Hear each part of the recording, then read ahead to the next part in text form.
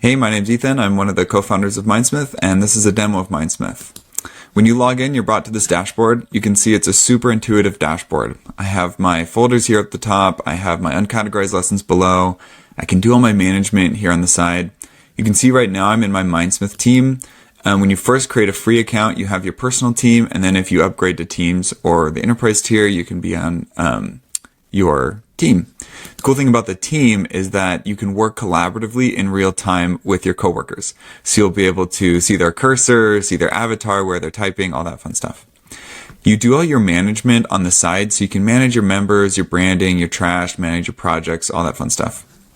But the actual fun part about Mindsmith is generating lesson. It's very easy. You click new lesson, which brings open our generator. The generator is the place in Mindsmith where you tell all the context of what you're trying to build here to the AI. So you can see in this example, we start out by telling it what we're trying to teach, maybe some subtopics within that. We can also provide it structural guidance, like I'm asking it to use accordion elements for in-depth explanation and to conclude with scenario-based questions. So this is your opportunity to tell the AI what your vision for your lesson is. How do you structure content? What do you want to see out of this lesson? You can also provide a system or audience prompt. So this is like macro guidance. So things like audience, writing style, narrative style, all that fun stuff. You can also attach your documents. So Mindsmith takes any text-based document, so PDF, PowerPoint, Word document, website URLs. Mindsmith both understands the text and the images within your document. So it will process the document and then also understand where it sits in the context of the lesson. I'm going to click Generate Outline. After you upload your document, you have a few different modes that you can use. The sources mode will prioritize your instructions, whereas convert will prioritize your document. So sources will say, what are you trying to teach? Then pick and choose from the document what makes sense to bring in there. Convert is really for the use case of I have a document and I want to convert it into a dynamic interactive e-learning module. Whereas import is really going to focus on the document. So it's like basically converting the document verbatim into an e-learning module. So it depends on your use case. You have a few other options here. Length, Mindsmith lesson is between 5 and 25 minutes. We also have Mindsmith courses, which will help you generate multiple lessons together as a course. So if you need like a 1 to 3 hour course, you can do that. Images, we have a few options. You can pull from the web or do AI generated or Unsplash, or you can change the lesson style. You can also add citations, so the AI will cite your document directly within the lesson, which is also a really helpful feature. I'm going to click Generate Lesson. What happened before is when I clicked Generate Outline, the AI looked at all of the context of what I was trying to build. So it looked at my instructions, it looked at the document, how I'm treating the document, the length, all that stuff. And it said, what is a structure for a lesson that makes sense given all of this context? And then generated a description for each of the sections within a lesson. The cool thing about this, though, is that each of these sections are fully editable.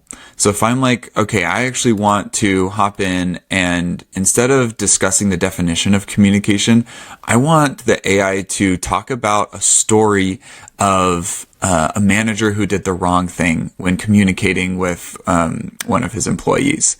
So I can hop in and I can type using a story of a manager who did the wrong thing, whatever. So fully editable, really powerful feature here. This is kind of your opportunity to get more granular in the guidance you're giving the AI. You can also change the section archetype, which is kind of the purpose of the section, or you can play around with the documents. So you can change the pages, you can add additional documents, whatever is referencing the AI, whatever you want the AI to reference for that particular section, you can tell it here.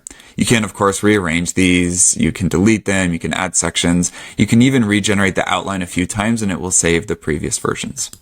Okay, let's look into the lesson itself. So this is Mindsmith, the authoring tool. A few things to notice about the authoring tool. You'll notice first that everything in Mindsmith gets what we call a tile. So a tile is kind of an element. So you can see this is a text tile, this is an image tile, this is a button tile. The cool thing about the tiles is that they're fully WYSIWYG. So if I want to type, I can just start typing. You'll also notice that they have advanced options. So if I want to change the background color here to the accent color of my theme, I can do that. You'll also notice that the tiles are fully rearrangeable based on my needs. So it's this super intuitive drag and drop interface. I can take this image, I can drag it up to the side here and just drop it in. And then maybe I want to resize it, and then maybe I want to crop it. I can do all of that in this super intuitive interface in Mindsmith. The other cool thing about this authoring tool is our AI assistant. The assistant can do pretty much anything. So it can edit an individual tile, like I can convert this tile into an accordion tile. Or for a drag and drop element, I could add a category with 2 items in it or something.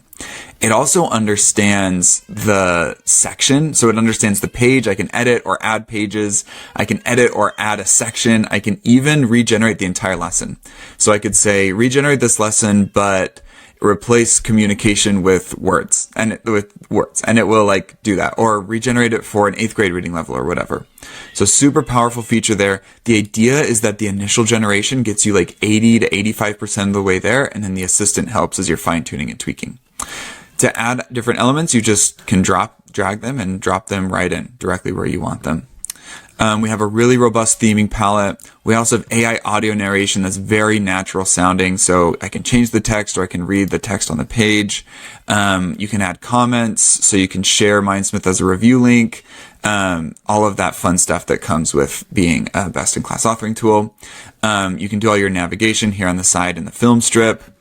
Another really cool thing about Mindsmith is the way we do SCORM. So for those that need to do SCORM for their job or whatever, instead of the SCORM package being a static SCORM file, ours is a dynamic one. So it's remote hosted, which means a few things. One is that when you change something in Mindsmith, it updates in the LMS automatically.